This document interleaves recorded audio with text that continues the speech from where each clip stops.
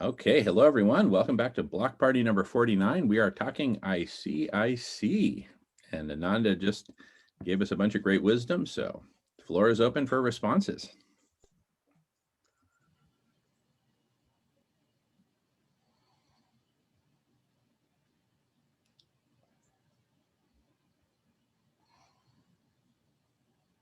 I was distracted for a lot of that. Can you just summarize?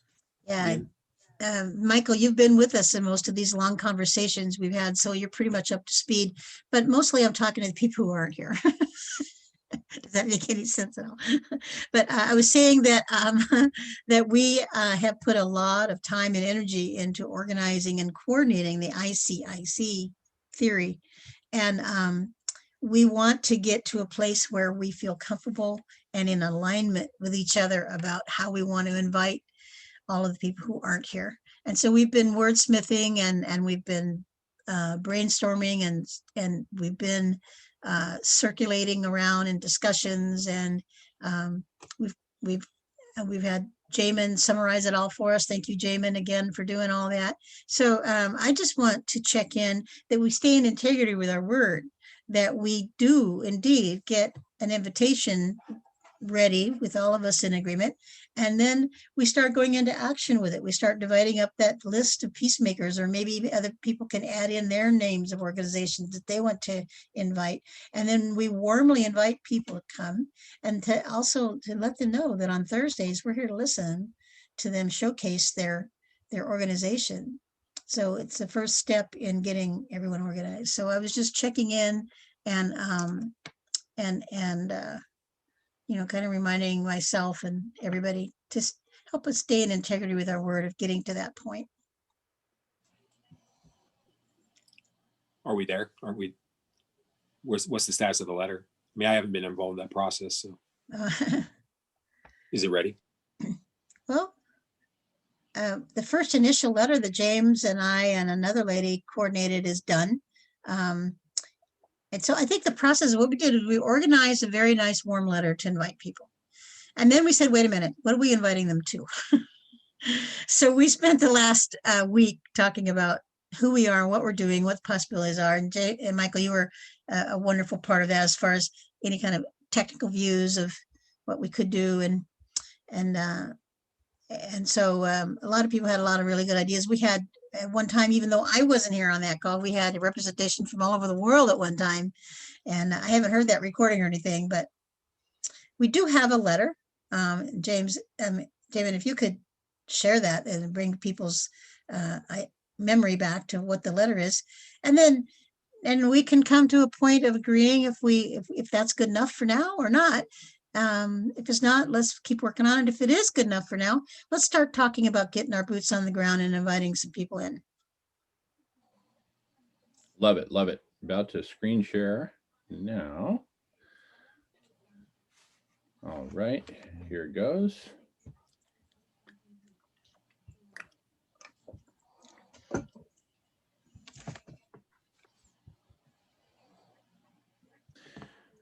Ananda, would you like to read or would you like me to read? I'll read it. You've read it before. Did a great job. Let's see, go with the, oh yeah, this is it. So it says, dear friends, or whoever we're approaching, come and join the rest of us changemakers in co-imagining the first that's kind of interesting slip, the first intentional city in the clouds, ICIC. Before we can end the separation which plagues our cities and countries, let us first reinvent a new kind of city to unify all of humanity, a virtual city in the Zoomosphere, rooted in a shared commitment to save, heal, and transform life on Earth through conversation and collective sense-making, followed by collaborative action. ICIC is currently being designed to accomplish exactly that. Come join us in making this dream a reality. Our vision, which is evolving rapidly and needs your input, includes providing community support and shared resources for all change makers to become collectively brilliant together, all drawing upon the urgently needed public good of ICIC. With you here, it will be perfect, and it's so much fun. And then there's some PSs and other thoughts we had about that. But that's the basic letter we came up with. And eventually we'll get to a point where we're all comfortable and we can start sending them out to organizations we know and organizations we don't know that are in a database. And actually, here's a gift.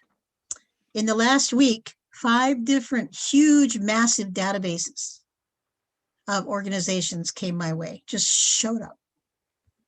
Go figure. So we have thousands and thousands and thousands of names, even, and you know, including those that you personally all know about, which may or may not be on these lists. We can always add to the database. But so there's no shortage in names and groups that we can warmly invite in to join us.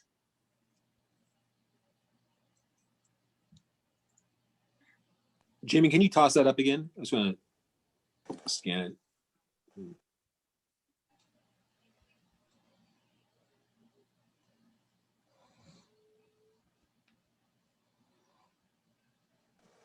You know, and I've kind of been absent. I actually, so Tough Cookie will chime in. I was at the Edgar Mitchell 50 years after.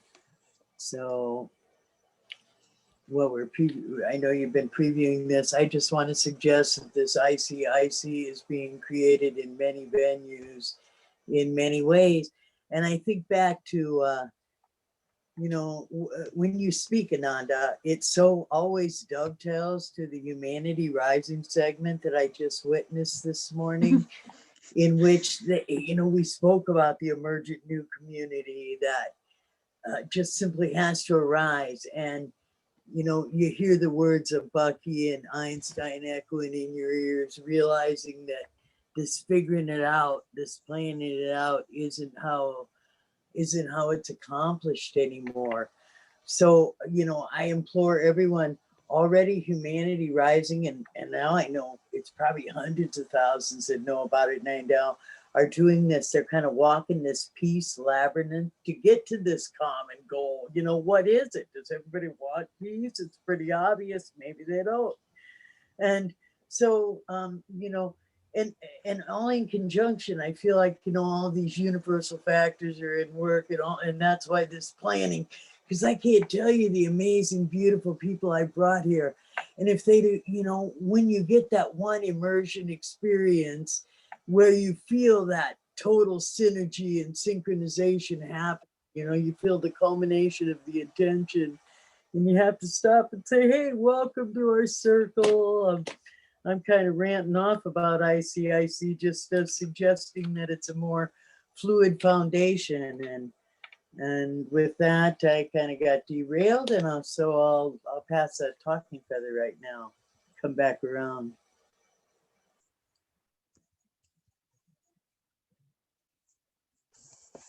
Oh, of course, because it was a labyrinth I was thinking of.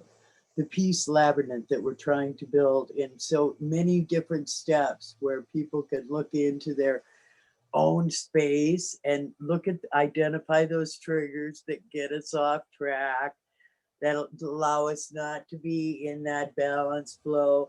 And, you know, I mean, every scientist on the planet recognizes, oh my God, you know, and who could say it better than little Greta did? We're speeding the wrong freaking direction. You know, on this exponential, all of these feedback loops in motion. Oh, good Lord, you know, get out of the rain, get off the bus. It seems so clear and obvious, but obviously it's not so clear and obvious, you know. I write to, like, see, and you get to a place where you recognize that me and that this is just something that is within me, because that's how I help the collective best, is I become that peaceful, cohesive, reliant presence in everything. And so that's why I was so excited when I brought Glenn this morning, hoping there might be a fit between Silas, because Glenn is in Kauai and they're actually Ohana Housing Legacy Foundation is his thing.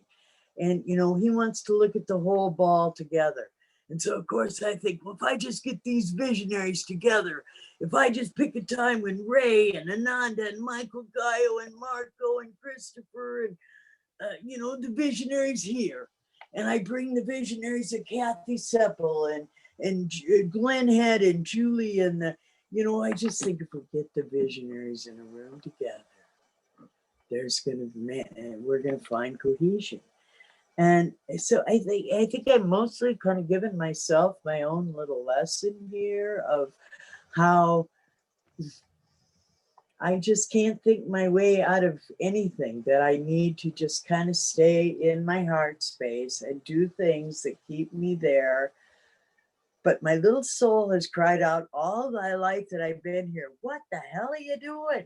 You can't do that. It's not going to work, you know, and I see how nice it is to live a simpler life, you know, and I would just want to take you now to the code.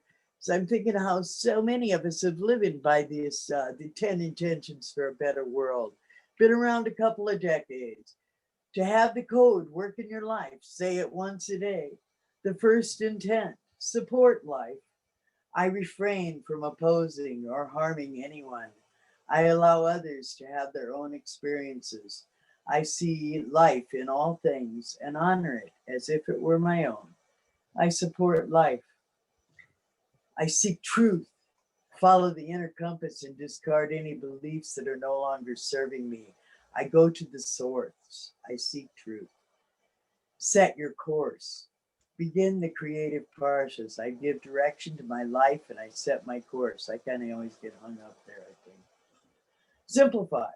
I let go so there is room for something better to come in. I intend that I am guided, guarded, protected, and lined up with the highest good at all time. I trust and remain open to receive from both expected and unexpected sources. I simplify. I stay positive. I see good, I say good, and I do good. I accept the gifts from all my experiences. I am living in grace and gratitude. I stay positive. After intending and synchronize, after intending and surrendering, I take action by following the opportunities that are presented to me. I am in the flow where great mystery and miracles abide, fulfilling my desires and doing what I came here to do. I synchronize, then serve others. I practice love in action. I always have enough to spare and enough to share, and I'm available to help those who need it. I serve others. The 8th intent, shine your light. The 9th intent, share your vision. And now here we are at 10, synergize. I see humanity as one. I enjoy gathering with lighthearted people regularly. And when we come together, we set the stage for the great oneness to reveal itself. We synergize. And so I'm always honored to hear your words and your vision. And I thank you for listening to my little rant this morning and where I'm at. Too scattered, obviously, to be a focus. You know, I want to be there. I'm looking. Loving y'all. Thank you for listening. I'll pass the talking feather Matakwe. Awesome. You know who you are to me. You're just like one big tree root for me. You ground me and at the same time you enlighten me. So, you know, it's you're both sides of the tree for me, Kate. You ground me and you put me at the top of the trees. It's amazing. I love your energy. What you said there is so true. And one thing that I think is so unique about ICIC is it's true. That language has been in our world now for a long time, and we're all part of the collective beehive, as we say. We're all the collective consciousness. And now we know, according to everything, all the spiritual signs we've got, all the cosmic signs we've got. I don't know if you guys know this, but every single planet and the age we're in is all in alignment for uniting all of this. We have so much, we have cosmic help, we have spiritual help, we have systems that are crashing and burning, which is actually helping us. And so the thing that's unique about the ICIC is that it is unique. It's not, we didn't nominate one group who wants to be the community organizer, because people are so attached to their own passions and their own avenue, if you call it that. We didn't take any one person's design and then adapt it to the world. We actually made a new one. And it had to come as a clean space for everybody to come and join. It's kind of like, I do a lot of community living, and when I move into a community where it's already been established, it's the hardest thing in the world, because you move in and people there have already made their rules, they've already made their connections, and you know, it's difficult. When I go into a community where we're all forming it together, nobody's got the way. We all make it together. And even though it takes longer, it's much easier to come into an effort that's being collaborated and co-created than an established household. So in this sense, we are creating a umbrella organization that has new concepts to it. Nobody owns it yet. We're not adapting ourselves to other people's dreams. Nothing wrong with other people's dreams, but they just need to come in and be a part of it all, rather than coming in with an agenda. Yeah, for you guys, I love you so much. I had a swimming appointment that I was going to keep. I think what I'm going to do is I'm going to change my swimming appointment. Let me take a look here at the time real quick and make a corporate decision. Oh, okay. What would you guys like me to do? That's crazy. I know the answer to that. I'm trying to figure out a way to go for that swim instead, but I don't think that'll work. Sounds good. Yeah. So if I asked all of y'all, you'd want me to stay with you. I know you would. You don't want me to leave you. You don't want me to ever leave you. And frankly, I don't want to ever leave you, but I do have to take care of my body too. Let me just check out for a minute. I'm going to make a phone call and see if I can find another appointment, and I'll be right back with you. Awesome. Thanks. That'll Thanks, be my Ananda. deciding factor. Yeah. Awesome. We'll be here. We'll be here. And you can. You just muted, Ananda.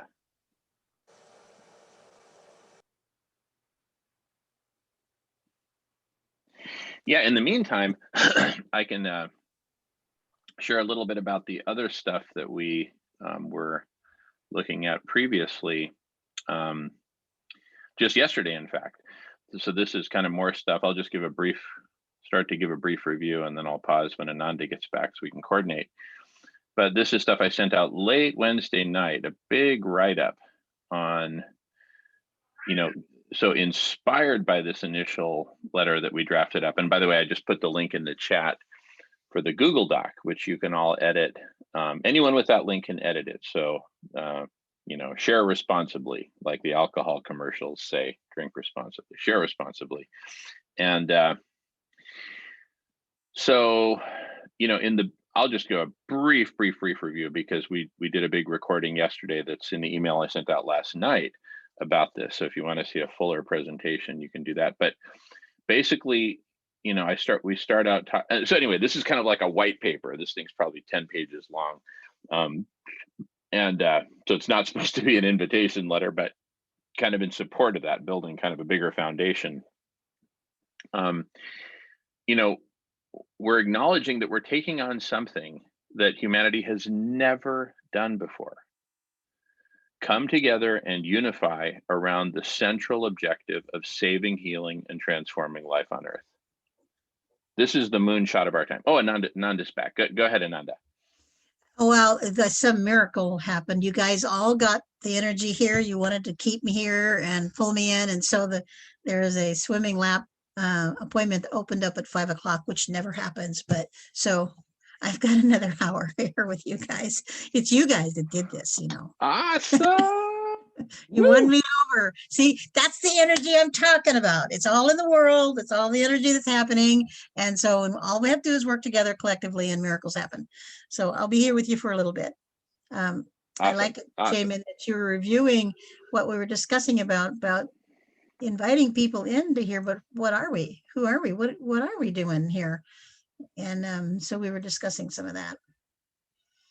And Yeah, and I'm Yeah. happy to share and give kind of a brief overview. We did a longer overview just yesterday, and that's recorded and went out in the email last night. Marco raised his hand. Yes, Marco. Yeah, no, I think that would be good review for everybody. I hope, and then I have a couple questions after. If Ananda, if you wanna say, who are we? What are we right now? What are we? What is the internet? Intentional city in the cloud. Yeah. Why should I care? I being the general public. Yeah. Yeah. Well, one thing we talked about was what we're not. And so what we're not is we're not a preformed organization that has everything all decided for everyone. And we don't have our rules and regulations and all of that down. We're inviting people in so that we can have a large diversity of people here, and we discussed collectively and together how we want to thrive. Not, hey, come into our organization that we've already designed. This is what we are. This is who we are. This is what we're doing. This is when we're meeting. You got to get the people together so they can talk together and decide themselves, because we have no more leaders. There is no more president. There is no more, entity controlling us. And we've never had that kind of freedom before. So we have to be careful not to have everything all designed and ready to invite them in.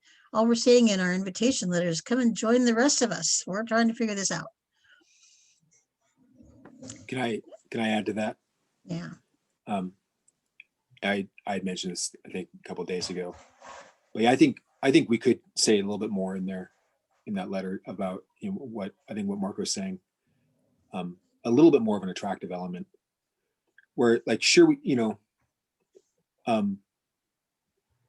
I think it's just a balance, because we, there's so much happening out there. If we're too vague, like Marco's saying, like, why do I care? What is an intentional city in the clouds?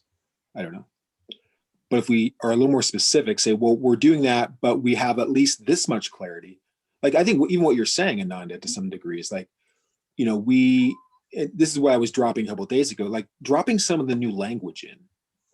People, when we're writing a letter like this, give them some new language of terms they might even recognize, or go, wow, I keep hearing about this decentralized thing. Because what you're describing, Ananda, of a new paradigm of no leaders, or at least less leaders, and less human leadership, and more collective intelligence, and more swarm intelligence, and things like this. People are definitely going to be attracted to that. But I think sprinkling a little bit more of that into the invitation could be good. And maybe even saying some. I think saying, we do have a little bit of a focus is good too, because there's so many groups out there going, let's get together and talk about what we're going to do. Okay, there's a lot of those. Whereas we've been talking for a while now, and we've got plenty of room for more people to add ideas, plenty. I like that. But if we say we are, like, for example, this is just what I would say. For example, we are building a proposal system. You have an idea, come and give it to us. We got a system that'll accept it.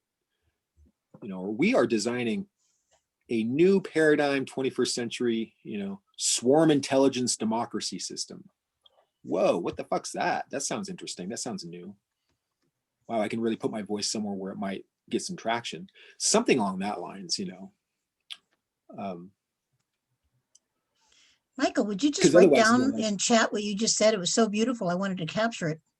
I'll just say it again in person, I'm just brainstorming, Yeah, but I we love are what you said. creating, Here, we actually, could say we're creating a decentralized autonomous organization. That might be a little bit, people do get a little bit thrown off by that terminology, maybe not, but we could say, we are building a 21st century swarm intelligence democracy system. I don't know. Again, I'm just throwing out words.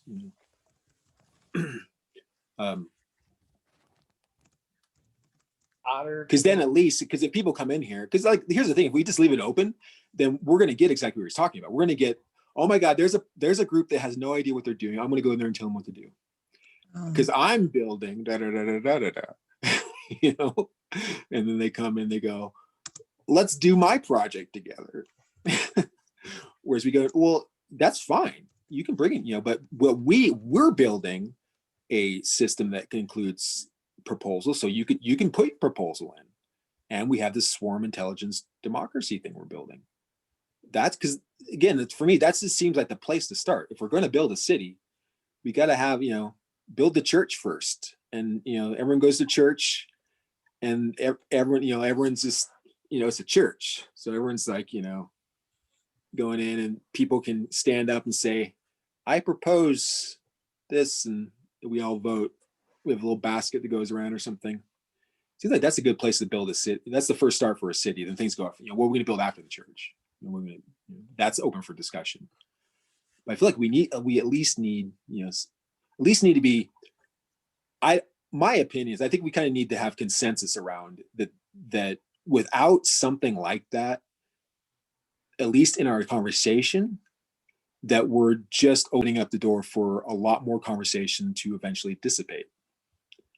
That's my opinion, because I've seen it so many times.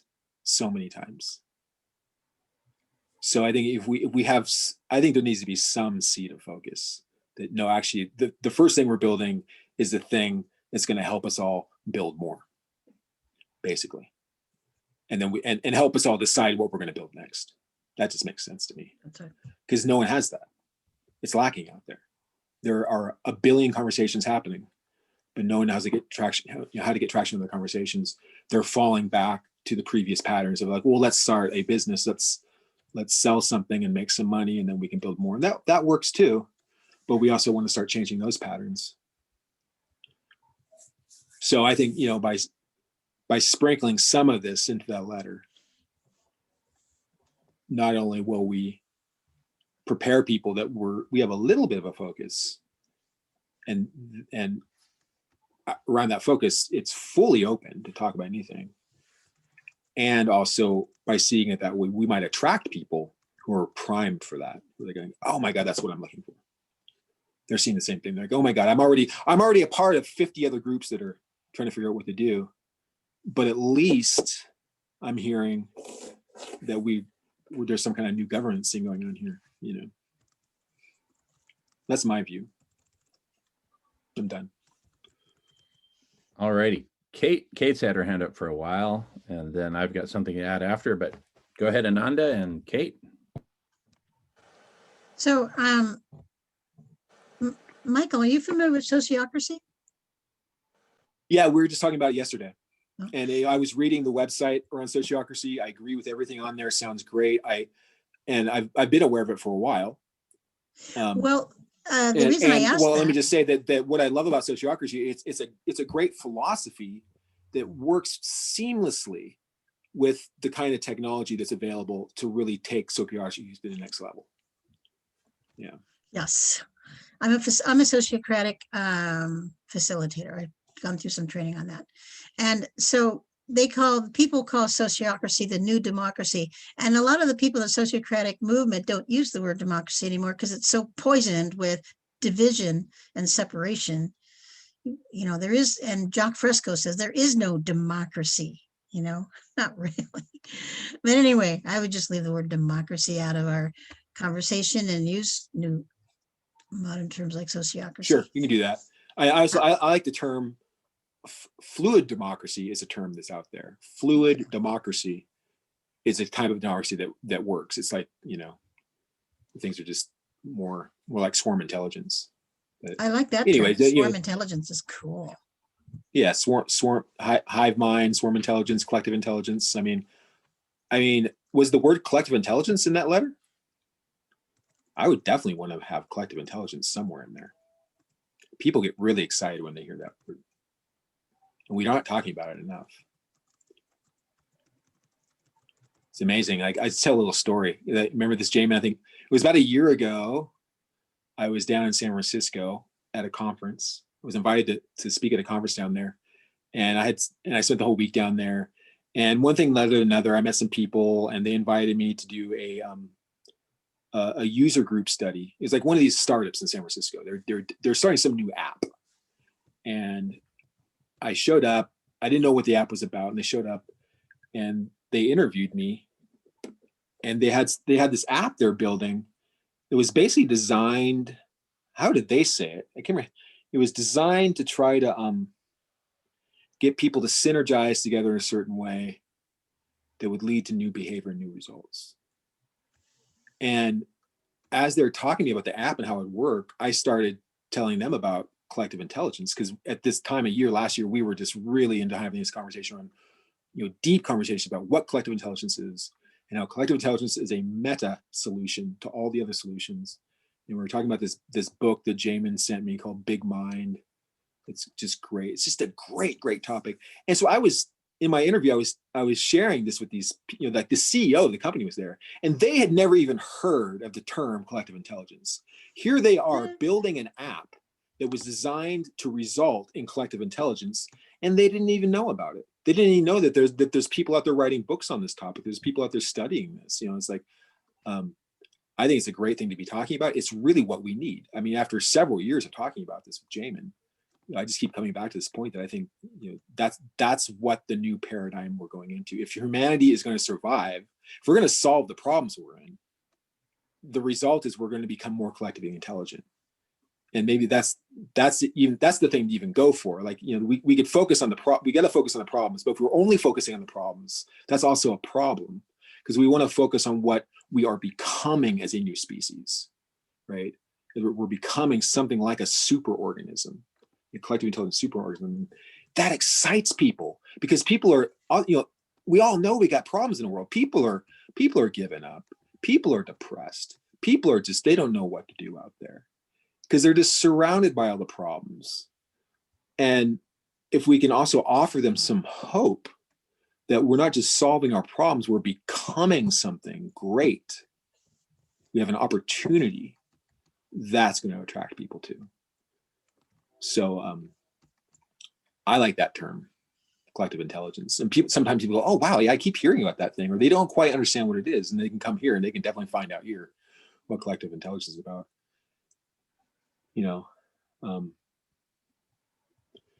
I think it makes sense, like that.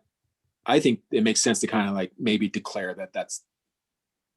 I think we could have some declaration. We're not just a completely vague group that's building a city in the sky, because that's a little bit vague too. But we're doing it for all the things we said in that letter, for peace, and I forget everything was said in there, but health and peace, but also that we are realizing our greater potentials as a collective species. And I think it's not going to become the collective intelligence experts. There's not that many groups out there doing this, because it serves all these other things. We can then apply our collective intelligence to the Food Healers Project, or any project that comes in. I think sociocracy would be part of that. Sociocracy is, if we really look at what sociocracy is probably a way towards greater collective intelligence and swarm intelligence.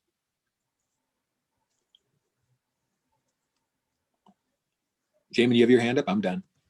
Oh, no, thank you. Kate has had her hand up for even longer, so I'll let, no, go ahead, Kate. Yeah. Well, you know how it goes. That track starts going down here. But what I think I wanted to start with, Ananda said how difficult it is to get into community when you when I had to bring out my genius because yes, sharing our collective genius is the only, to move us beyond our own egos. So I had to bring out my genie lamp because, Don Pett.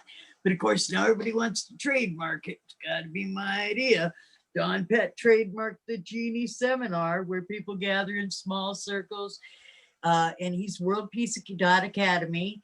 And he wants to build Einstein's Peace Army, just talks about how when we do gather in these collective intelligence circles that so much more is gained. So a couple of points I wanted to make though is I think some of the rules and regulations get transposed when you use circle principles and use that, a consensus that goes along with the talking circle principles. And to that end, where I got derailed by the doorbell last time when I was talking about the Peace Labyrinth, how Ananda, and I've told you this before, your words just dovetail into what I had previously heard on Humanity Rising that day. And that's how I know collective intelligence is indeed at work. But I think, oh man, I want you in that conversation too. So I do hope you consider, I sent you the link on the maybe. Anyway, so these people starting on February 2nd, cross quarter day, 21-day experiment. They're just asking us to, have a little journal. They ask you to do different exercises. You might just listen to music with no words one day. You might have to examine an emotional trigger one day. Anyway, they're doing this 21-day peace experiment at Humanity Rising. And then, because really doing, it's almost like an informal survey, an informal poll of what will it take to bring us together? Because it does take a lot of patience. Like Ray, I always think, oh my God, he's so patient. But then when he delivers what he's discovered about the world since I heard him last, it's always brilliant, And so it's kind of that place where you're seeing the humans blooming, and it's such a beautiful thing. And you just want to admire that and do more. And, there's not many days that I can come here without thinking, because that core of really getting in touch with your heart and yourself and learn, it comes with the connection field. And so there's very few days I can come here without wanting us all to be together. And of course, I'm just on the heels of Julie had asked me to do a Zoom with her today. So I'm kind of rambling back to my notes here. Back to where you didn't feel, I say you didn't have us as neighbors. When you moved into the new neighborhood, you felt a little uncomfortable for a while. You had Jamin Shively as a neighbor, it wouldn't be that way ever. Okay, and so I talked about the rules and regulations. Oh, so I wanted to take you, I did put the first link in the chat as an astronomy class offered through Humanity Rising, and it was not supposed to be there, but the second one is, it's just another example of what Humanity Rising is doing and how a cohesive unit they are and what a big populace they bring. And the other point I want to make is to Phil's populace, because there is, what we want, let's see, building, Michael Guy, you're a wordsmith, building a proposal and swarm intelligence. So what I was thinking about was how Phil really indeed does have the indigenous brought together, and they do have an agenda in a way. Yeah, I mean, well, not, I can hear the Kogi guy looking at the big machine saying, how are we going to give this back to the earth? The indigenous have ancestral wisdom and knowledge that they wish to share. And it starts, they're going to do a 4-year ceremony through Sacred Earth. They're asking people to look at the 4 places of life, kind of rites of passage for us, a rebirth and a rites of passage. The first year, and right in line with 7 days of rest and what Jan and Shelley have proposed. First year, water, looking at our embryonic cycle and our birth again, and, diffusing those triggers and healing from that as we go. Looking and corresponding to an element. Then the teenage years look at the fire, and they want to, kind of revisit these rites of passage that have been so culturally driven. And anyway, this project is, it's not, Humanity Rises out there doing their own, and it's beautiful. And Phil, and of course, Phil is teamed up with Ben and John. And I know Sir Roland's always like, Ben's in charge of this. So I guess I just am asking us to support in any way we can all these big initiatives that are out there, because once you know how it is, as you deepen your experience with someone else and you get more comfortable being with someone else, and you get deeper inspiration the deeper dialogue happens between the others. So when we can merge into these circles and they see the real beauty and genius that is erupting from this ICIC, it becomes apparent, and it's just kind of that's kind of some ramblings from me right in this moment. I thank you for listening. I'll pass the talk.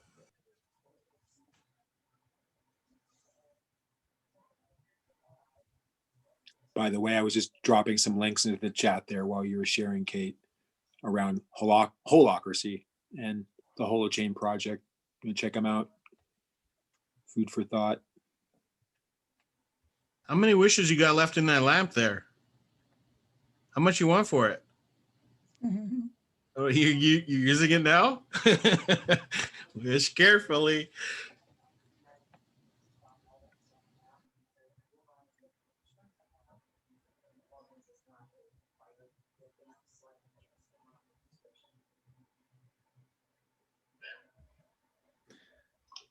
Beautiful, beautiful.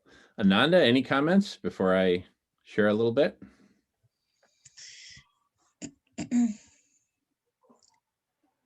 I just love where this is going, and I'm witnessing firsthand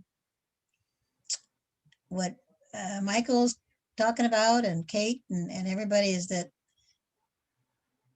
every day something comes across my arena that validates that this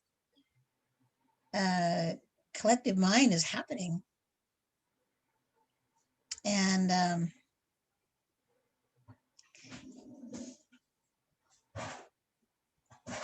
it's everywhere. I just keep believing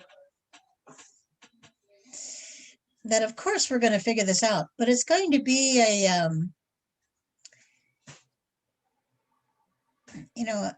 maybe an event or a day, or I we're gonna claim it. Okay, June 1st is the day that we're all going to, everyone and every organization on the planet is going to come together and unite under one banner. And okay, stop with your separateness. Stop with your ownership of your idea, my idea. This is the reason why I like ICIC, and I love the idea of using the new terms, Michael, new language. Even the word co-creating is old now. Resilience is old now. Even collaboration is kind of old now. I mean, these are words that have been pounded at us for a long time. But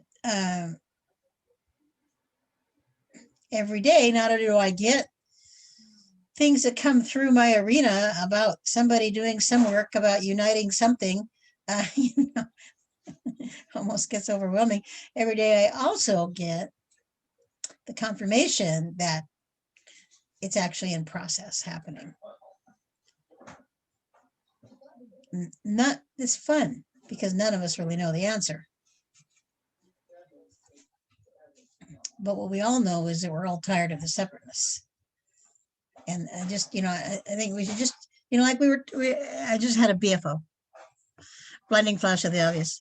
We talked in the very beginning of this about the BFO. How about we just make a conference happen? And then we talked about the pros and cons of conferences and how they're really the conferences I've been to, people just talk at you, and there's speaker after speaker after speaker just talking at you. And so we said, actually people need conversation. And so here we are having conversation, and we've made a lot of progress in a short amount of time.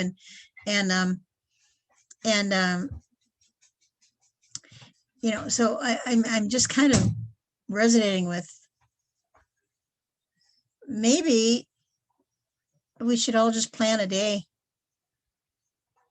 sometime far enough off where people can organize themselves, and every single organization just show up, and virtually we hold hands together. You know, I don't know. Make it the history making day of the, what do they call that? When they do that day when they dismiss all the debt, Jubilee. Yeah, the day of the Jubilee. Just, it's just interesting how much is going on, how much needs to be happen, how much is happening. How do we get it all together? I don't know. Nobody knows. Go ahead.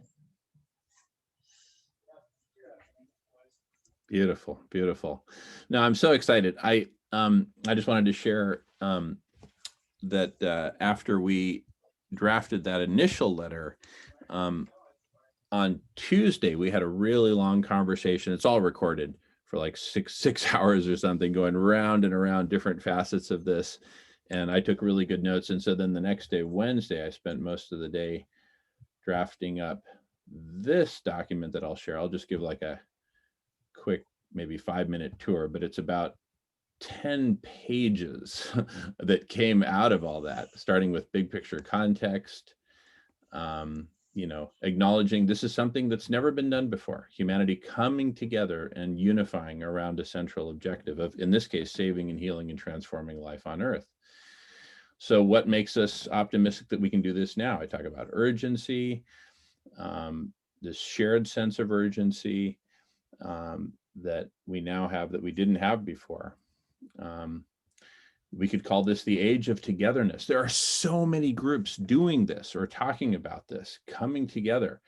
I referenced Daniel Schmachtenberger, who does a great job of articulating this.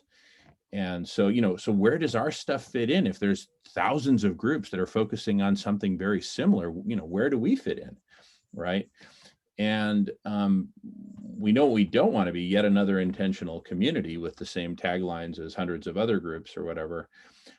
Rather, creating an intentional city where other intentional communities can come. So by analogy, what the Silicon Valley is to the computer, software, online industries, the intentional city seeks to be for togetherness, unity, and becoming the super organism. Thank you, Michael. That will save, heal, and transform life on Earth. So, I talk about kind of a minimum bar. It's kind of obvious stuff, not letting in othering, having a common theme of saving, healing, and transforming life on Earth. Beyond the bar, beyond clearing the bar, what are we up to, right? And we have both humility, right, that we, like humanity as a whole, have not yet figured this out, but at the same time, excitement, because we're working on some stuff that's pretty cool. So basically, come play with us. We talk a lot about the network of conversations as being really central to this. And what that means, and kind of a short list about some of the things that'll support. We talk about taxonomies of topics, and this maps to that spiral I was showing last week of, broken down into 3 groups of human needs of Mother Earth, goals, strategies, and solutions. This is all in an email I sent out to everyone late Wednesday night, so it's in your inbox late Wednesday night. Games and play. We played this glass bead game on Tuesday, which was super inspiring. Anyway, the links to that are in there. Talk about sociocracy, the World Cafe process, and just talk about myriad forms of communication and co-creation. And I sort of talk about this document kind of like a bus tour through ICIC. It's not all integrated yet, but we're just kind of looking at different facets of it. The game Omnopoly that we talked about last week, the polar opposite of monopoly. Omni is for all. And I put a link to what we talked about there, where we use a Jacques Fresco style circular town as kind of like a model for that, with the taxonomy overlaid on top. Talk about the concept of flowering, ideas flowering. And I I shared the image of the Barcelona Tower when we were talking about this yesterday. It's, you know, what Ananda calls BFOs, blinding. You can talk, boom, somebody has a flash, or we all have a flash, you know, together. And that's a flower, right? And then people can get behind it, support it, go to a breakout room, and it becomes this flowering. Anyway, so go off on that. We talk about synchronous versus asynchronous. That's another aspect. We talk about El Puente, kind of a bridge to ICIC, and some really nice off-ramps from the bridge into ICIC. Where do we want people to land? Because it's pretty deep stuff, right? So we talk about Togetherness as an option for that. Within ICIC, it's kind of like an amusement park. You know, let's give people entertainment, et cetera, and education, and also folks who have a calling for inviting, welcoming, teaching, inspiring, mentoring, et cetera. And then beyond ICIC, we talk about the concept of sister cities, which really could apply to other intentional cities or just intentional communities generally. And, you know, how do we do this systematic outreach? How to start, how to grow, some ideas around that. And our meetings on Tuesday really helped for that. Press conference and marketplace of ideas and proposals. Oh, Kate's back. And this sort of like pyramid where ideas can kind of enter at the bottom, bubble up, get support. And we talk about tokens and cryptocurrencies and different forms of support for an idea. So I have a whole appendix on that, different forms of support, outreach to other communities and sister cities. How do we want to do that? Just a real quick tour because I don't want to talk too long here. I also talk about the togetherness synthesis. Let me stop screen sharing for a moment so I can talk about this because this is really key. So here we are cooking up a whole bunch of cool ideas around how to bring humanity together and really manifest this collective super intelligence, right? This super organism. Well, there's so many other groups out there that are also coming up with these gold nugget ideas. How do we collect all these gold nugget ideas together and create this synthesis, this togetherness synthesis, bringing together the best of all these ideas across all these different communities? So really being very outwardly focused as well as inwardly focused. So it's kind of like a yin yang, right? And so the togetherness synthesis says that we now have all of the Lego block elements out there amongst all the different communities. There's so much brilliance that's just flowering here, there, and everywhere. How do we get it together? There's got to be some optimal, you know, formula, for lack of a better word, formula, platform, all this stuff mashed up, combined. And once we hit upon it, right, with an appropriate seed crystal, which could be ICIC or it could be something else, with an appropriate seed crystal plus the right formula, this thing can grow exponentially and bring humanity together. In other words, togetherness, different from other categories, right? Like, you know, you've got categories for headphones, you've got categories for pens, where there's thousands of different competitors. We don't want thousands of different togetherness solutions that are all competing. We need this grand synthesis. Anyway, that's enough of a quick overview for now. But basically so this is kind of maybe a first stab at kind of like a white paper foundation for all this, right? I'll just screen share just to skim through the rest of it because so much work went into this. And you can read it at your leisure from, again, Wednesday evening's email. But togetherness synthesis, and then several appendices, taxonomy and Wixonomy, a GitHub of solutions, togetherness synthesis, more on that, blockchain stuff. I referenced Michael Gaio and different ideas around that, life at the top of the pyramid, and then a list of other topics that we aren't written about yet, but probably should be written about. Anyway, it's a lot of stuff there. So I'll just leave it at that for now and pass the talking feather. Thanks so much for listening. How do I raise my hand? I see people have the little emoji. Yeah, I so don't if see you go, that emoji. if you go to reaction, I found emojis, but I don't see that exact emoji. So if I if I do like this, yeah. Anyways, if you see reactions at the bottom, are you on your Yeah, iPad, it's Michael? actually written I'm on out. my iPad, It's yeah. not an emoji, it's written out. Yeah, the thing is, It the iPad is not full featured relative. Like if you're on your MacBook Pro, then you got all the I see. features. You just go to reaction. Oh, okay. It's got it all. Mhm. I'll just do organic then. I'll raise It my might hand. be under participants if you're not a host or a co-host.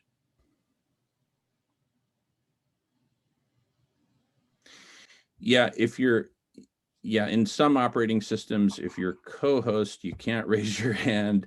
You have to not be co-host in order to raise your hand. It's kind of silly. But on the MacBook Pro, it's full featured. I noticed now they put I am a co-host right now. Yes.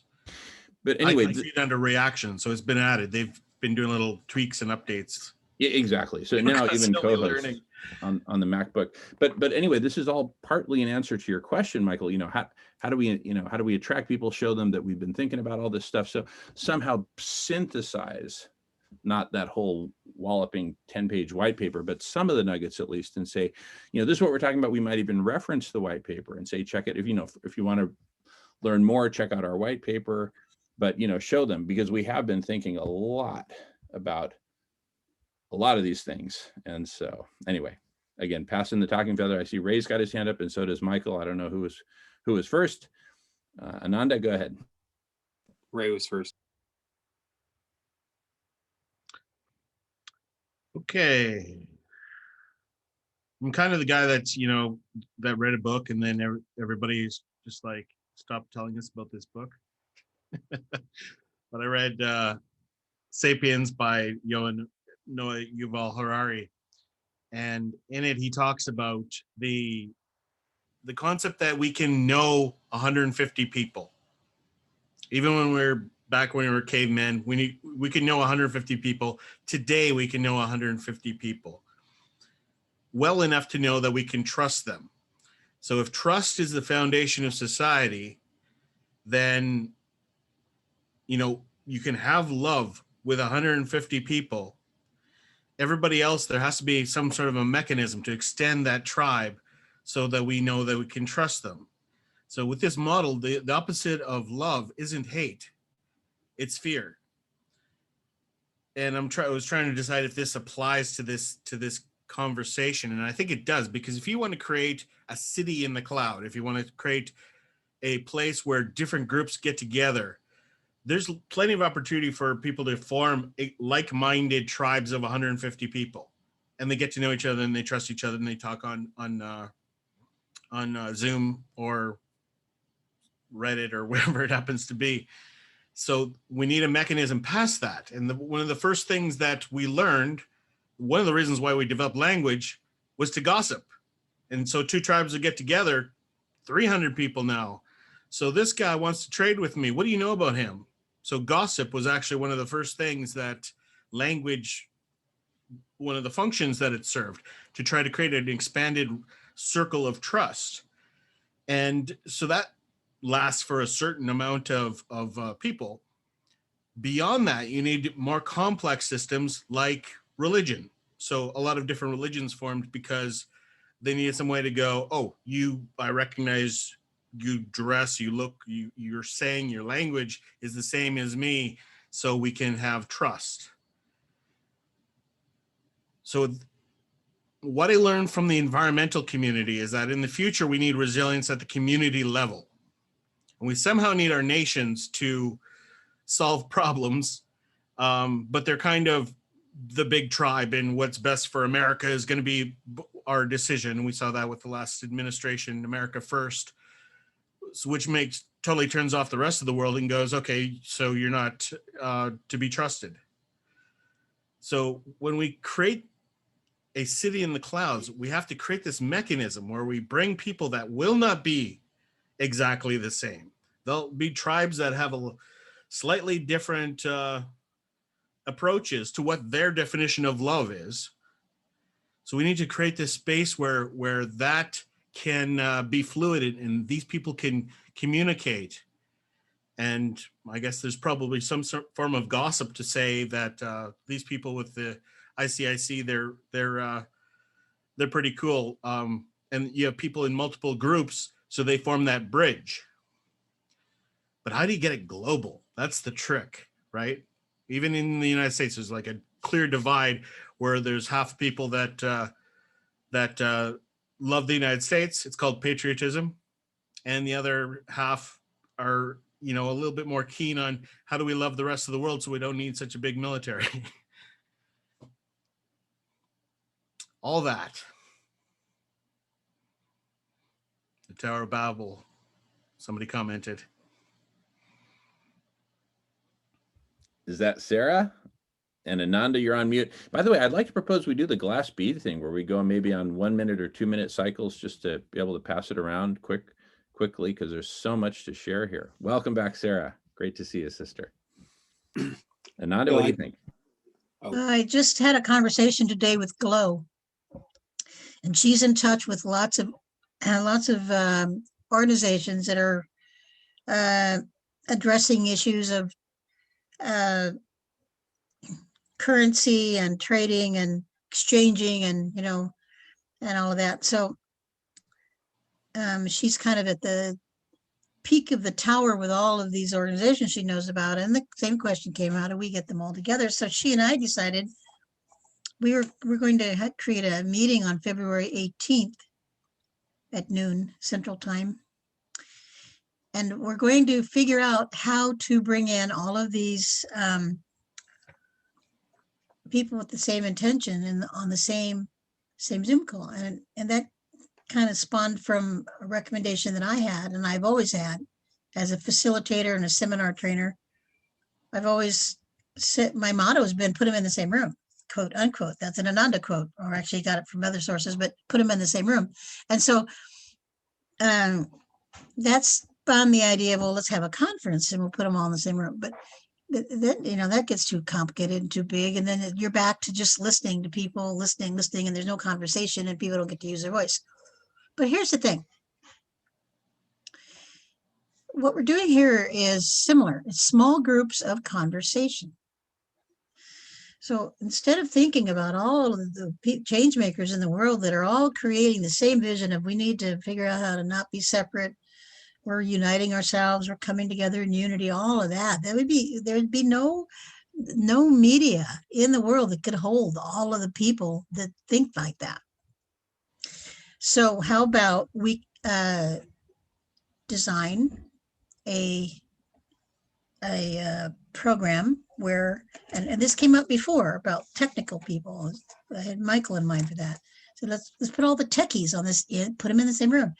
How about we put all of the people that are working on an organization right now to unite the other organizations? Why don't we put all those uniters together, put them all in the same room, which means on the same conversation, you know, in this arena where we can talk and everyone can hear their voices. And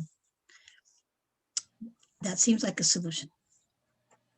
I'm complete and I need to go. Let's see, let me check the time.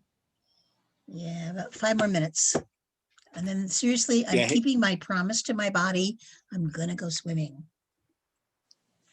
I love swimming. Hey, yeah, hang out for 5 minutes now. I want to bounce off of what Ray was saying about Dunbar's number is what you're referring to in that book. I've used this idea many times in some of the presentations I've done, both online and at conferences in front of people, to describe the significance of blockchain and cryptocurrency and decentralized paradigm we're going into. If you take a very large view of human history and understand that at one point we started as very small groups, little tribes of, you know, dozens of people, and everyone knew each other. And so there was a sense of trust there. As you know, with the invention of agriculture, essentially, we started to come together into much larger groups, and we started creating towns and cities. Okay, and we started once we know over this threshold of about, it's like 120 to 150 people.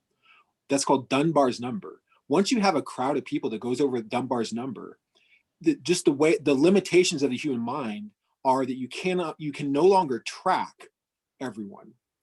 And so that's what caused the demise of civilization, basically. As we came together and started synergizing around agriculture, the numbers are getting so large that people could get away with stealing the potato, or, you know, stealing the wife, or whatever it was. People could get away with things because no one could track everyone else. And that was what then allowed for the emergence of centralized power. Because then you had the leaders come in, the big strong men would come and go, well, I will then, since we have this problem, and we want to keep crime, you know, we want to keep bad actors in check, we had then, you know, basically the invention of the police force and banks and things like this. Centralized power. This is what happened. So it was actually a very natural evolution for things to happen like this. That's what's gotten us to where we are today, essentially speaking. And I think it helps to have this perspective, because like another problem we have is that today we're just all perplexed. How did we even get here? Like, what the hell's going on? How did we get into this mess with all this centralized power and centralized money things and, you know, burning oil? How did we get here? Let's look at the story. This is a lot of what I've been focusing on these conversations for a number of times, is humanity's story, you know, looking at the narrative, looking at the story. But so the good news is that blockchain technology offers a solution to this now, because as we've grown now, we're not like a global village. You know, Marshall McLuhan, he predicted this was coming. There was something like a global village is coming. We'll be operating at scale of billions of people, yet still like a village. How's that going to happen? Blockchain technology, because of the way it's designed, as I've described before, it removes the need for human beings to be in positions of centralized control and power. Therefore, we can begin to trust each other again. We can be running certain functions with our money and our governance and all this on this technology where it's resistant to centralized control and power. So I just wanted to speak into that. And two, I have two more things to say. The second point is, you know, Jamin, you were speaking into the need for synergizing, and how did you put it? You know, bringing everyone together and Togetherness synthesis, a synthesis of all these great ideas for togetherness across all these different synthesizing. Yeah. I just want to say, like, yeah, I mean, and I hear this a lot, and I want that too. I just want to keep pointing out that it is happening too. That we there tends to be a way of thinking that we need to somehow create it. We need to create the networks of networks and the central hub of all people where everyone can come together and finally unify. But I want that too, but I'm telling you, it's happening already. And if we have a network of networks, it's called the internet, and it's just it's a network that's bringing in all these networks, and it's increasingly becoming more synergized and interoperable. So I just want to point that out, that like, it's not to say, it's not to dissolve that idea. It's just that also let's recognize that it's already happening, and that we don't need to create the perfect network of networks. It is creating itself. The network of networks is already here, and it's been growing for years, and it's going to continue to grow. And it's kind of like on its own. It's kind of like steering it. It is swarm intelligence. It is collective intelligence, bootstrapping itself. We don't need to bring it together here. Like, the question is, how do we participate with it? How do we fully participate with that and bring more synergy to it? And I think, you know, a large part of it is what's happening with this technology. And not to say that's the only thing happening, because this is also, this group, this technology with Zoom is also part of it. This is one node in the network of networks happening. Third thing I want to say is, you know, a couple of days ago, Ananda, you had proposed, when Hemina was also here, that we maybe synergize around having, you know, the money conversation in a bigger way. I propose we even extend that further. Like what I'm sensing is, you know, let's put on the map another, you know, maybe this integrates fully with the press conference, Jamin. I don't know. Call it whatever we want, or however we want to structure it. But what if we organized another, you know, online conference thing here in this context, but it was primarily oriented around the topic of, let's say, collective intelligence or swarm intelligence. as a catchphrase that would really attract people. And then within that scope, we could have many, many presentations. We could, because for me, that definitely includes the money conversation.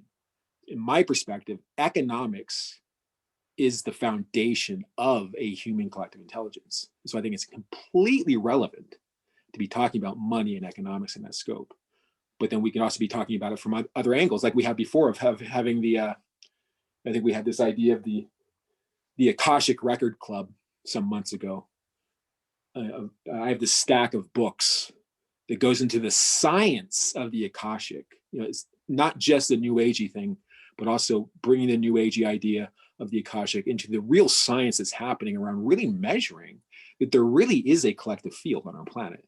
And there really are these fantastical, almost paranormal things happening when groups of people get together and they coordinate their hearts and their minds and their intentions, that there's a tangible effect that happens. You know, this is also an aspect of collective intelligence. You know, these kinds of topics, to me, I mean, seem like the crux of both the meta solution to all the solutions we need and the substance of reminding people that we are, as a human species, becoming something new, and what that is.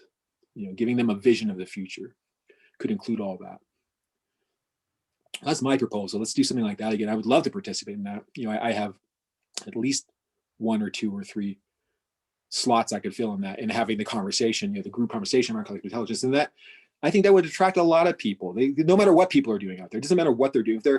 If they're selling, you know, hemp socks, or they're saving the Amazon, you know, everyone's doing something out there.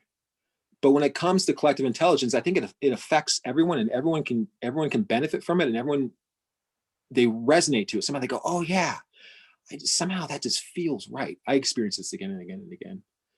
You know, maybe we call it something different. I don't know, but just that topic, I think, you know, we can cover things like, you know, as we've done before, Jamin, we can cover the, you know, some of the principle. There's a science to collective intelligence. You know, there's people out there who are studying and writing books on it. Like, you can go into in great detail and really begin to flesh out people's minds, because in my experience, that conversation isn't happening as much as I think it could be.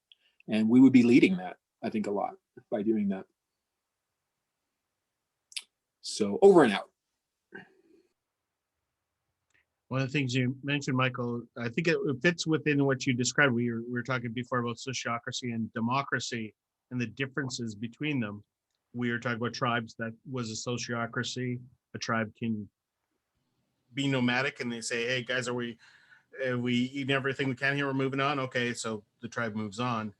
Once you have a bigger organization, once we had agriculture in cities, we then needed an attempted democracy because there was enough people. And that's kind of the difference. It's a democracy. The definition of the name is a government of power assigned by the people, allegedly. So that's power, whereas sociocracy is about decision-making. Government's about decision-making based on the power concentrated in one spot. So without government, you still need decision-making. So how do you do decision-making without power? And it can be done in a way that, well, I don't know, can it be done in a way that there aren't people who are trying to put their thumb on the scale and make decisions happen in their favor? Yeah. Let me just address that really quickly, because I know we keep getting into this, and I keep describing it. I think it's really worthwhile doing it again. It's Before just you do that, describing what Michael, block. What's that? I need to cut out. I love what you're Okay. saying. Please keep this recorded because I want to hear this. But Michael, every time you talk, you totally inspire me. You Awesome. attract to an intellectual part of my scientific brain, which is a whole another connection to my heart space and my energy. But you always feed me really well, and appreciate that very much. I'm signing Fantastic. out. I'm going to be true to myself and keep my promise with my swim appointment. So I'll talk to you guys Enjoy again. your swim. I'm going to do that. When I swim, I go into a zone, and that's where I get a lot of my BFOs. So I'll talk to you guys later. Beautiful. Have Thanks so much, fun. Mara. Hopefully Thank you're you. swimming in warm water. Yeah, water. Yeah, we love water, right? Water Bye. is Love water. Another reason to do food healers at Venice Beach to kick it off, because water is healing. Get all the Water's positive healing. ions off the water. Keep doing the water. All righty. I'm gonna go join the water right now. Bye-bye now. Bye. You soon, Ananda. Love you guys. Love you too. Hey, Ray, let me just address your question really quick while it's up. Do it as simply as I can. The way that a blockchain works and how it's relevant to what you're saying, how can we have collective decision-making done in a way that removes or resists centralized power or, influence by unseen actors? So the way that blockchain works, blockchain is essentially a database. It's essentially what it is. It's a ledger. It's a distributed ledger, but it's a database that's distributed. So it doesn't live in any single place, like a database, like the Facebook database, right? It's a database. It exists. It's owned by the Facebook Corporation. All our data is there. They own it legally. They can do whatever they want. They can remove data. They can mute you. They can do anything. So if we had like a voting system on Facebook, it's something that we couldn't trust very well, right? Blockchain is like a database, but it's designed in a way where the data is distributed on a network, and first of all, it's encrypted using cryptography technology, and it's distributed across many nodes on a network. And each node is incentivized to validate the authenticity of the data that it's holding, and they're all keeping each other in check in computer code. It's not people doing it. It's like it's running the network. So if that makes sense, I may not be doing the best way of or the best job of describing this, but because of that basic functionality of having a database that's designed this way, that's because of these factors, it's resistant to being edited without everyone knowing, or not at all. And it has a way of checking itself automatically, that we can trust that any data going in is staying there, and that it's valid and unalterable. And and you can see it that that's the case, right?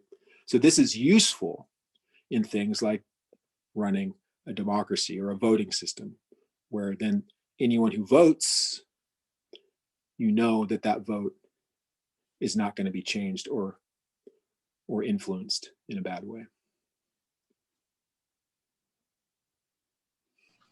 So how's the decision making actually executed using blockchain?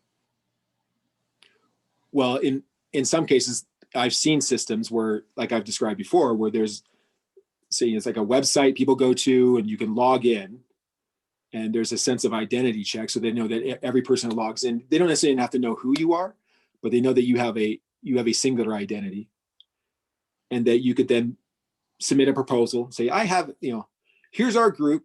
We've all made this website where we can submit proposals and vote on them. I'm submitting this proposal that we do X, Y, and Z.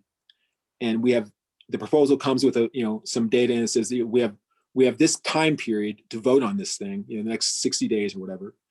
And then people can come in whenever they want, and they read the proposals, and they say, well, of these 3 proposals, I vote on that one. And then when they vote, when they click the button to vote on it, that action is put into a blockchain that then says, this person just voted, they cannot vote again, and they voted on this thing, and that cannot be changed. And so that's the process. Then, so 60 days goes by, and then you have a collective decision was made, because every person came in and made their decision, and then the system just basically tallies which way did the collective mind think this time. So that's the first step. Once a proposal is then done, then that's the next phase of, well, okay, how to enact that proposal, it's a little more complex. You have to have additional incentive systems, or that's where the cryptocurrencies come in, things like this. Does that make sense? Does that answer your question? I'm not sure how it addresses the special interest problem. Like, how does a decision be made? Just trying to simplify it. How much water should any farmer have access to, given all the water that there is? How do we manage water flow? And I see. This could be very easy to do in a regional area, Right. and We know that like the water conservation is a very big issue in California, but not so much in the Great Lakes region. So Right. it's kind of hard to make a decision collectively unless it's a localized thing. And Right. So I think what you're describing is the gap between the people knowing what they want and it being enacted in the real world. That might be a separate, blockchain is not necessarily promising to solve that. Blockchain is just saying that it can solve not having a democracy that's manipulated, meaning that, when we all vote for the president of the United States, do we really know that that was the real result? Because that's the step that comes before the implementation. If we're not even like actually knowing that we're making accurately valid collective decisions, then everything after that's, what's the point? So, what you're describing is maybe a separate issue, and that actually there might be ways that blockchain could also help with that too. I've thought about this a lot, and I think again there's so many layers to this conversation, and it really does get just down to that I think human beings are prone to, generally speaking, human beings are prone to want to move into positions where they can yield power. And if they can, they will. And if you and I don't, someone else will. So it's just like, that's just kind of the name of the game here on planet Earth. And so I think what's interesting is that blockchain really offers a solution to, definitely resist that and mitigate it. But then how do we even get these blockchain systems into place? And yeah, it's not a simple thing, but I just see it as one of the best things going on. And certainly I think, because otherwise I don't know how, I don't see any other way we're going to have collective decision making that we can trust. could it be applied globally despite the loggerheads that nationalism creates? What was the second part of that? I missed that. Despite the loggerheads that nationalism creates. We see like the COP summit, and basically it's a big game of, you compromise your economy first. I don't quite understand your question. I don't see the solution in nations. We've grown these tribes until they're the size of countries, but now it's defend this country against other countries and make sure every politician has an obligation to make comfort and reduce the fear of their population. We know that they use fear in order to control the population, so it's a very complicated topic, but we're creating security for Americans. So how do we solve global issues when we've got this mentality? And that's when the mentality shows itself. It's there inherently, but when you get to a COP summit and they're trying to come up with numbers, and you have the global north saying, we've got all under control, and the global south saying, no, you don't. You're setting targets where half of us are going to be underwater. So I mean, if I'm hearing you correctly, what it's reminding me of is one of my favorite frameworks for thinking about this is called spiral dynamics. Probably a lot of us here have heard of spiral dynamics. It was written in the 1980s. It's a social model that I adhere to a lot. It basically says that it's basically looking at the diversity of human beings and the evolution of human beings over time, and kind of just acknowledging that there are different groups out. Like we just have different groups. We almost have like different species of human beings on the planet. And I don't think it's realistic to expect we're all going to just get along peacefully. I'm not actually a proponent for world peace.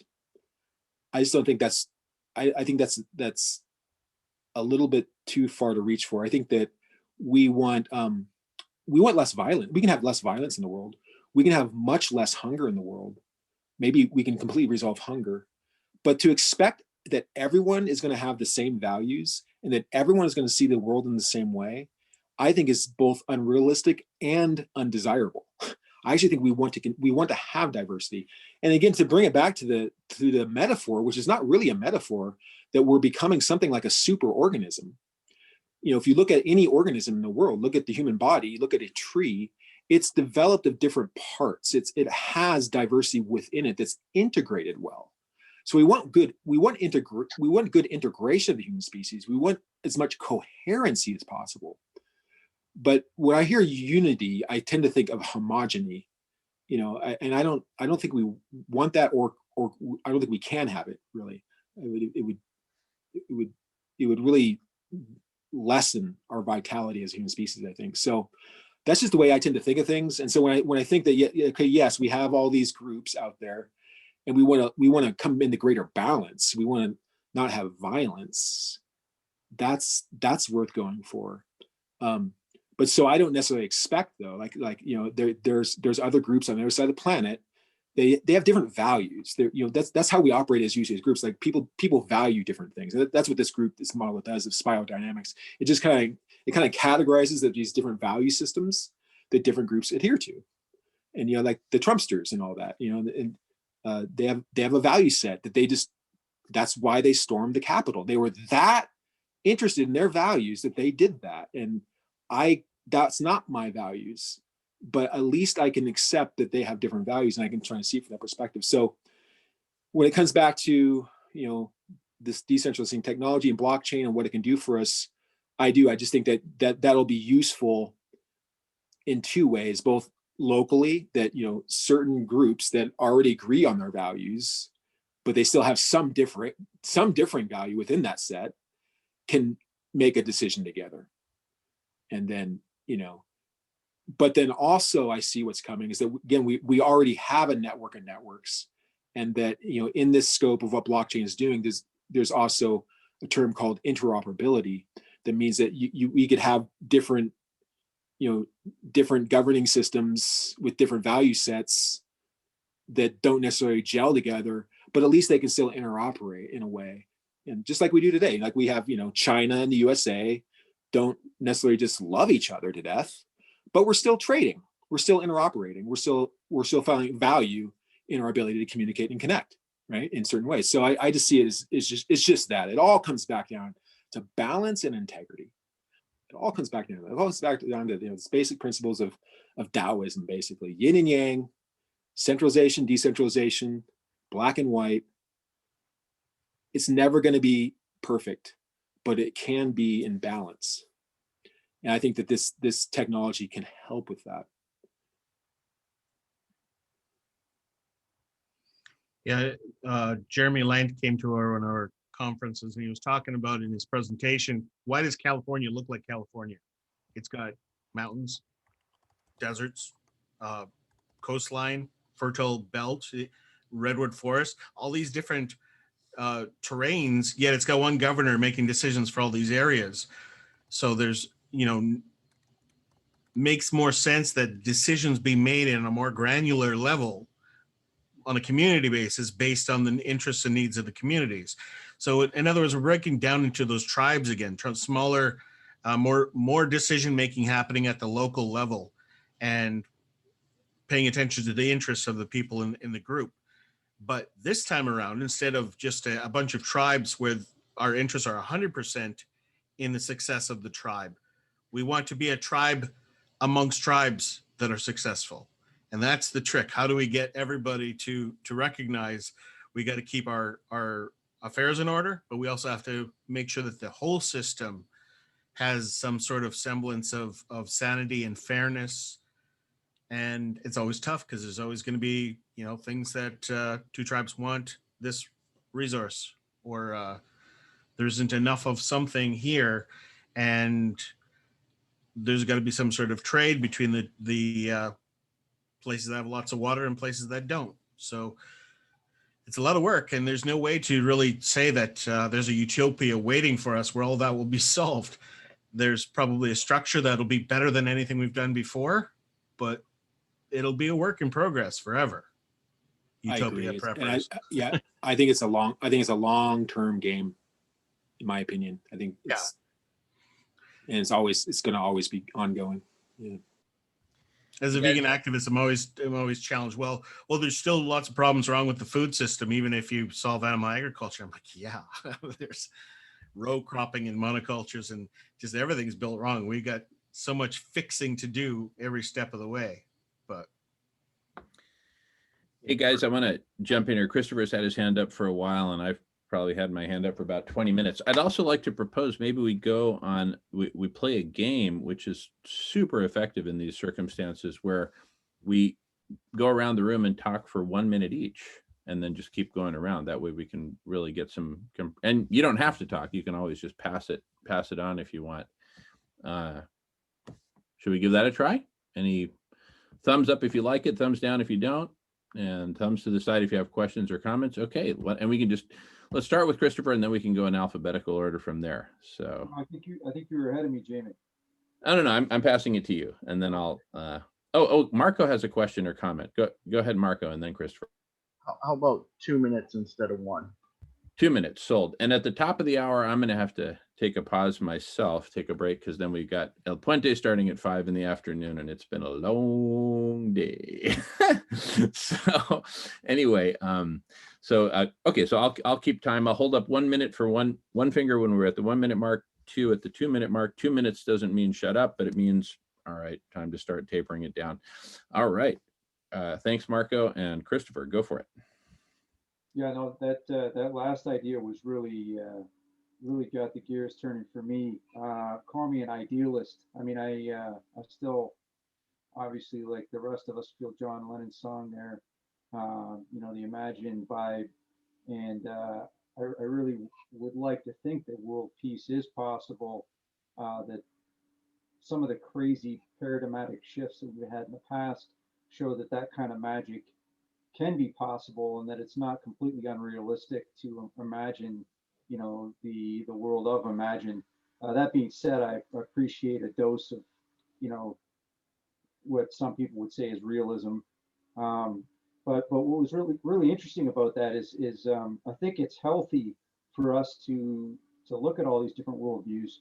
It's important to understand that other people have different worldviews, that folks who aren't part of the Western perspective don't necessarily have the same type of concept of world peace that the West may have sort of built up over centuries. That being said, I think that there's the danger of being tolerant of intolerance. I wonder if that's something that you run afoul of when we start thinking that way. Do we say, hey, we got to tolerate everybody's points of view, even insofar as tolerating intolerance? I mean, I know, Michael, you were saying like we need less violence in the world. It would be great to get it lowered. But generally speaking, violence goes hand in hand with intolerance. One group tries to take over another group and say, well, this is the way we do things. And the perspective that we have on world peace is one of freedom for everybody, where nobody needs to use violence to force others to do their bidding. So I wonder if we risk ourselves by allowing for intolerance, saying, we gotta give these people their perspective because that's their cultural background. Well, I mean, just because a certain cultural background created this advanced notion of tolerance doesn't necessarily mean that just because that came from the West doesn't mean we have to say that it's not superior. There's a bunch of other ideas and technologies that came from other parts of the world that now everybody's adopted as a universal. Maybe world peace, even though you could argue this idea came from the West, tolerance of all nations, tolerance, world peace, being something that I'm sorry, I'm losing my train of thought here. I apologize because I didn't sleep very well last night. But yeah, I just wonder that just because this is a Western notion that we shouldn't implement it universally. Thank you. Beautiful, beautiful. Awesome. Thanks, Christopher. All right. Alphabetically, we've got Kate next, followed by I'm going to shoehorn in Alan after Kate, see if Alan's available. And I'm going to yield my time to the group collective. Nothing wrong with that. Alan, are you with us? All right. Go for it, Alan, if you'd like. There's been so many subjects. There's a chap who's talking about world peace and getting people together, very, very similar to what you're talking about here. I was just looking while doing this at the same time. What does that come under? Is that the next meeting about the bridge, about bridging different groups and trying to make contact and bring them together? Yeah. Yep. That starts at 5 p.m. Pacific. El Puente, the bridge. Yeah. Well, there might be some bridging to do there.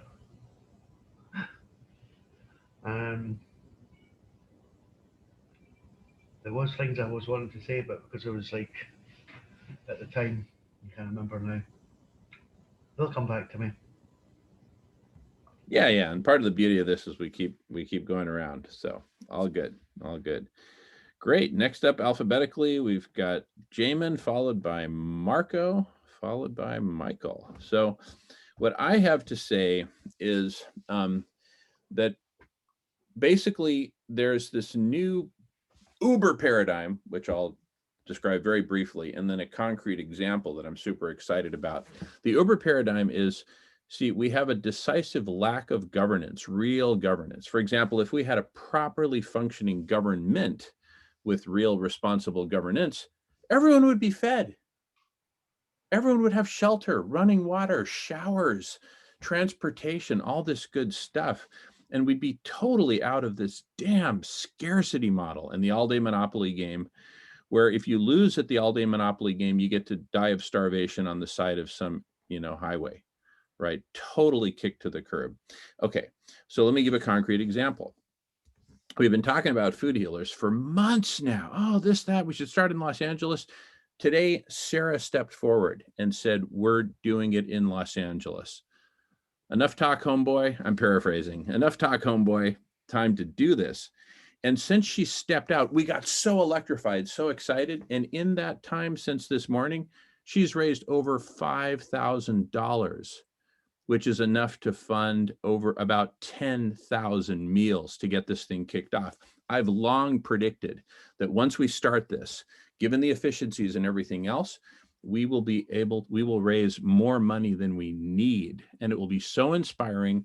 That's going to be a phase shift that's going to happen in Los Angeles. Everyone's going to be fed, well-nourished, plant-based foods. We're going to push veganism.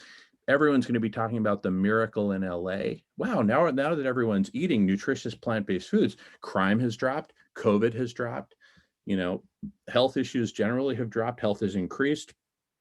People are happier. It's like this. And so, but here's my point. That's introducing governance, right? That will then spread. These new models now have vectors to spread thanks to this emergent collective intelligence that's getting way more efficient. I'm at the 2-minute mark, so I'll pass the talking feather. And bravo, Sarah, for your leadership. And next alphabetically is Marco, followed by Michael. Yeah, thank you. This will work out probably pretty well then. I'm still trying to get a grasp on the crypto coin and whether we are looking to use one ourselves for ICIC. Where are we on that, and the difference between are we thinking of building our own kind of platform or using one that's out there, like the one that Alan said he minted the first ICIC coin on this Wave site? And if the two of you can kind of see if you're in this talking about exactly the same thing or not, and how it would work to benefit us. And I'm good there, so my extra minute can go to answering. All right, perfect. Well, next is Michael, who's the best person to answer that question, followed by Ray, and then Sarah. Go ahead, Michael. Oh, I'd love to answer that question. But actually, I think Sarah, weren't you ahead of? I think Sarah was ahead of me. Oh, okay, fine. Marco, to answer your question, my view on this is that I think the way to do it would be to plan it out a bit first. I mean, like I see the way I could do it, but also like we really need people who have some technical understanding and skill to really implement that well.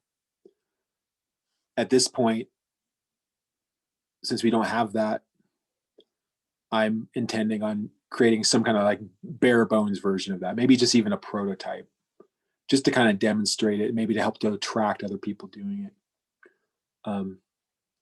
Because like, for example, if someone else created an ICIC token on the Waze platform, that's all fine. It's just I would have to look at that. I'm not sure if that would be I'm not sure if that would be compatible with something we're creating on another platform. We would hope it would be, but so like, it gets complicated. I think that that's just where we're at. I think that that's where we're at. I'm getting there. I've got a lot going on and kind of moving at turtle speed, and I wouldn't want to do the whole thing myself anyways. So that's why, thinking that way, my next thought is, well, how can we attract more people who would be interested in doing that? And then after that thought is, well, we should be talking about it a lot more, or we should be seeking them out, or going to groups where they're already doing that, at least. So that's my thought in it. And that's also one reason why I'm encouraging us to start thinking about this more. And just, even though I know almost all of us here aren't that tech orientated and aren't going to be, that's fine. But I think it is reasonable to start getting in there, to start learning the terminology and all that. So that's my sense, Marco. Done. So does that let Alan, did you have that explanation you gave me about how you created that coin? Maybe Alan's not with us right now. The coin on Waves, it's just something you can do in 5 minutes for $6. Well, it's one wave, but one wave's kind of went up from when I bought it to $2. Actually, it's went up since I created that coin to $8. So, and you can also just as easily click a button and burn it, and it's gone again. So it's not a sort of permanent thing, but I just was going to give it to Jamin to play around and see what he felt the platform was like. I found it quite simple to use and to operate, but it might be there's lots of ways of making it a lot more user friendly.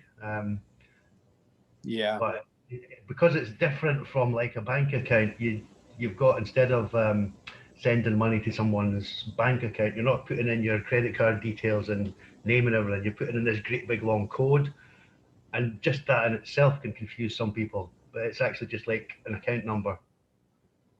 So Yeah, let me bounce off that just while we're on the topic too, because like, I guess the other element is that, while it's true that there are already groups out there, many of them, who are already having Zoom calls like this and talking about doing things to change the world, and they're also building these systems, because they do both. They can program and they can talk philosophy and all this, like myself. So it's happening out there, but also because they're highly technically literate and they're really inspired, they're using systems that aren't going to necessarily be so seamlessly easy for, Jamin's mother-in-law. I guess she's not your mother-in-law, but my grandmother or my neighbor, it takes, but it is getting easier. You know, this is, I think we're right in the gully. I think over the next year or two, we're going to start seeing, you know, we're already, you know, people are buying cryptocurrencies through PayPal now. You can go to PayPal and you can buy Bitcoin. Awesome. It's so easy now, right? But to participate, if you want to get the ICIC coin that Alan made on Waves, that would take a little bit more, if not a lot more, push to learn some things technically to where you have your own wallet, what's called a wallet. So you could, because if we're going to have our own economy with our own token, people need to be able to easily receive them and exchange them, and so we have a fluid economy going. And I am there. I'm comfortable with that, but I know not everyone else is.